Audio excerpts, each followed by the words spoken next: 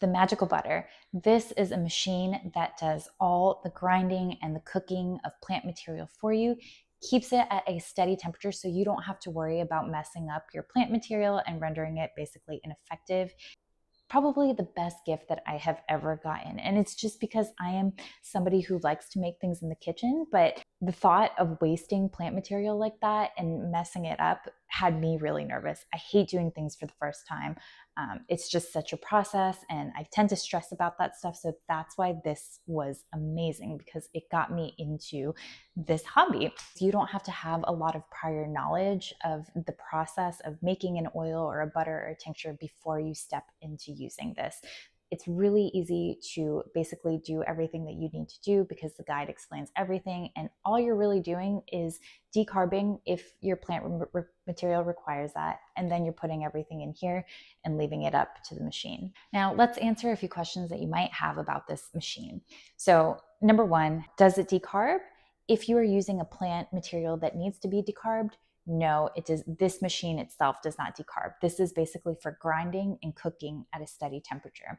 There is a section in the handbook that tells you how to decarb, and it's really easy thing to do, actually. All right, now the real question is, how do I use this thing? So first step, you're going to set your temperature. Second step, you're going to select your time.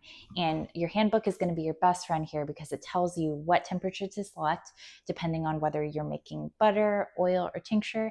And then you're going to select the time based on whether you're making oil, butter, or tincture. So if you're using a plant material that needs to be decarbed, and once you finish that process, you're going to put it in here. For best results, you don't pre-grind everything. This is going to do that work for you. Close this, select your temperature, select your time, and then this does all the work for you. Now, if you're wondering if this whole process smells, if you are using a plant material that needs to be decarbed, then yes, that part is going to smell. Now this lid is designed to keep the smell contained. So it actually does a pretty good job with keeping that smell contained. But remember, if you have to decarb anything, it's going to smell.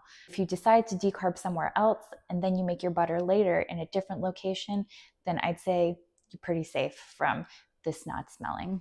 Now, what's nice is that if you're living with roommates, you don't want them near your butter, this is something that you can bring inside your room and keep it on a table. Make sure it's on a table and not on the ground or on the carpet or anywhere where it's going to, be a fire hazard. But this is something that you can easily do in your room in case you have roommates that you don't really feel comfortable with being around this. How much does it make?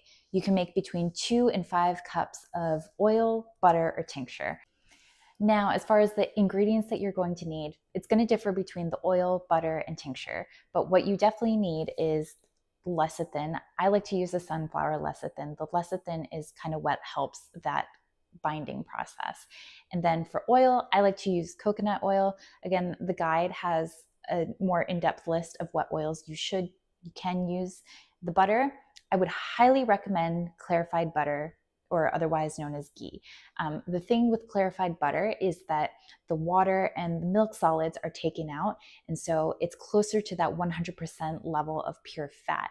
And so when you have that higher fat content, it makes it more effective, the binding process, when you're binding the plant compounds with the oil or with the butter. So that's why we say clarified butter is better than just regular butter.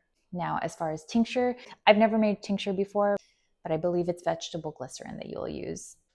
Now, as far as the cleaning situation goes, it has this self-cleaning thing. I just put maybe a drop or two of dish soap in there, fill it between the minimum and the max lines, and then set this thing on the cleaning mode, and then it does its thing.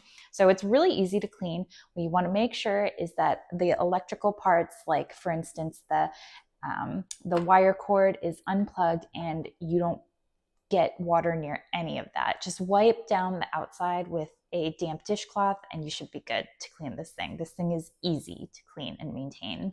If you're somebody who has wanted to make butter, tincture, or oil for a long time, but you've been kind of afraid because you just don't want to waste your ingredients, this is honestly the perfect machine to take care of all of that for you, and you don't have to worry about wasting any kind of materials or your money. This thing is going to do a great job.